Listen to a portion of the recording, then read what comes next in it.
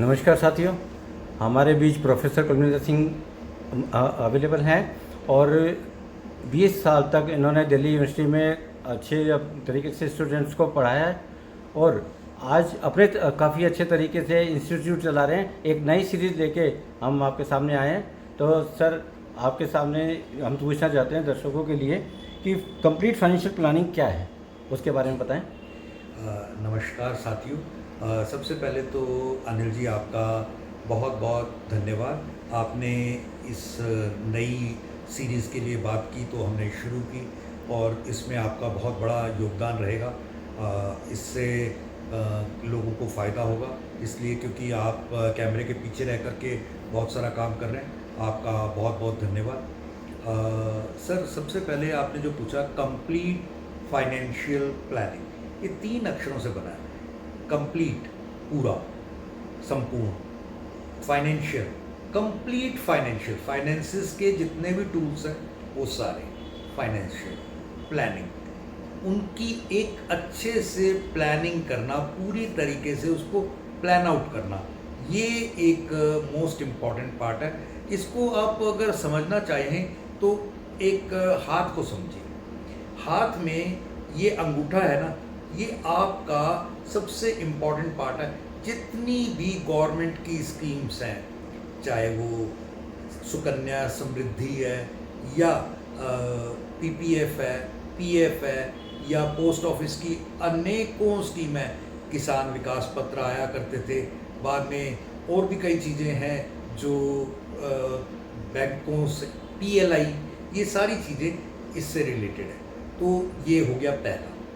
इनके plus minus हम आगे बहुत डिटेल में बताएंगे, लेकिन इनके अंदर मूलतः प्रिंसिपल जमा इंटरेस्ट, 2 चीज़ें मिलती हैं और पेमेंट करते हुए भी टैक्स की छूट नहीं मिलती और वापसी के टाइम पर भी टैक्स डिडक्टेबल होता है।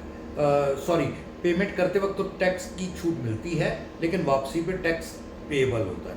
और दूसरे नंबर पे आ गया आपके जितने भी बैंक्स हैं, चाहे आरडी है चाहे एफडी है। फिर उसके बाद आ गया बैंक्स में और भी जो भी स्कीम्स हैं वो। देन तीसरे नंबर पे आ गया गोल्ड। गोल्ड का मतलब हो गया जो सोने की वृद्धि के लिए आप खरीदते हो, ऑर्नामेंटल नहीं, जो पहनने वाले हैं वो नहीं, ज्वेलरी नहीं, गोल्ड का मतलब है बिस्किट्स।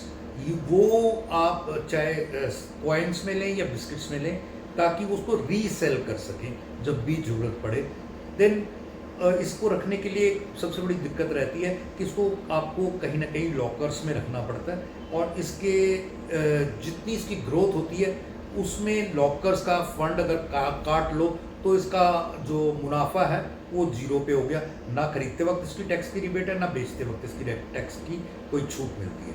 देन इसके बाद आ गया आपका प्रॉपर्टीज़ में जिस तरह गोल्ड है, जिस तरह से बाकी चीज़ें हैं, इसमें भी पूरा अमाउंट एक ही बार में देना होता है। यहाँ तक कि एजेंट की कमीशन, पेपर कराने के खर्चे, सब कुछ एक बारे में देना पड़ता है। और उसके बाद प्रॉपर्टीज़ की सुरक्षा भी खुद ही करनी पड़ती है, ताकि वहाँ पे कोई कब्जा ना कर सके, कोई किराया ना दे या और बहुत सारी गवर्नमेंट की स्कीम्स के अंडर ना आ जाए। ऐसा चीज़ों का भी, बहुत चीज़ों का ध्यान रखना होता है। एंड लास्टली आप कह सकते हो कि जिसमें आपके स्टॉक मार्केट आ गई, सिप जितनी भी हैं, म्यूचुअल फंड जितने भी हैं, ये सब चीज़ें, और लास्ट में आपका पंजा, ये जो है हार्ट, इन सब में आ गया इंश्योरेंस। खास करके जो गवर्नमेंट की चलाई हुई स्कीम्स हैं वो इंश्योरेंस। और इसमें जो सबसे अच्छी बात है, ये इन सभी को आपके कवर कर लेगा अगर आपका प्रॉपरली इंश्योरेंस एडिक्वेटली आपका है, क्योंकि भारत में 4% से भी कम लोगों का एडिक्वेट इंश्योरेंस है। और अगर नॉर्मल इंश्योरेंस की बात करें तो काफ़ी लोगों ने इंश्योरेंस लिया हुआ है, लेकिन एडिक्वेट इंश्योरेंस 4% से भी कम लोगों के पास है, ऐसा मेरा मानना है। और ये मेरी पहले प्रश्न के लिए आपका उत्तर था। उम्मीद है आपको उत्तर समझ आया होगा। बहुत बढ़िया सर, बहुत अच्छे से आपने इसके बारे में, फाइनेंशियल प्लानिंग के बारे में बताया। आपका बहुत बहुत धन्यवाद।